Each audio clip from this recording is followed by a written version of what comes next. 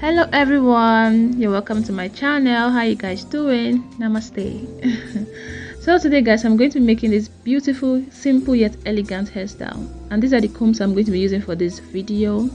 I'm going to be using some beads, some tie to what am I saying, some ties, edge control to lay down the edges, and of course some beads to beautify it.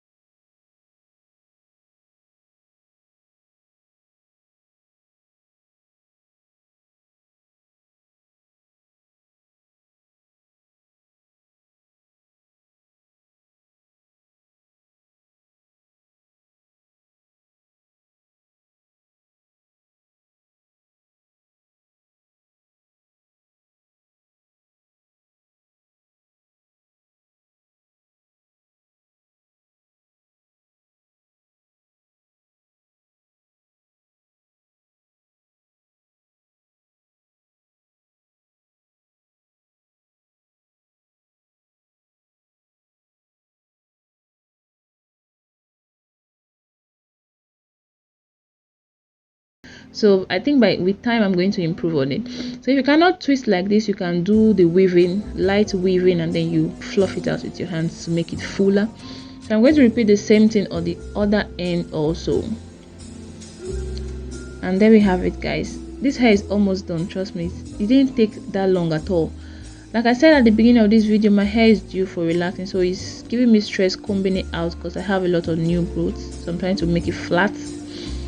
So I just secure it at the end with my tie again. What is this thing called? I call it tie here in Ghana. So these two ends at the front, I'm just going to secure it again with my tie, including that tiny weaving at the front. I'm going to hold everything together at the back like a ponytail at the back. You can either leave it like this, but I'm going to remove this and make it like add some more, design to it.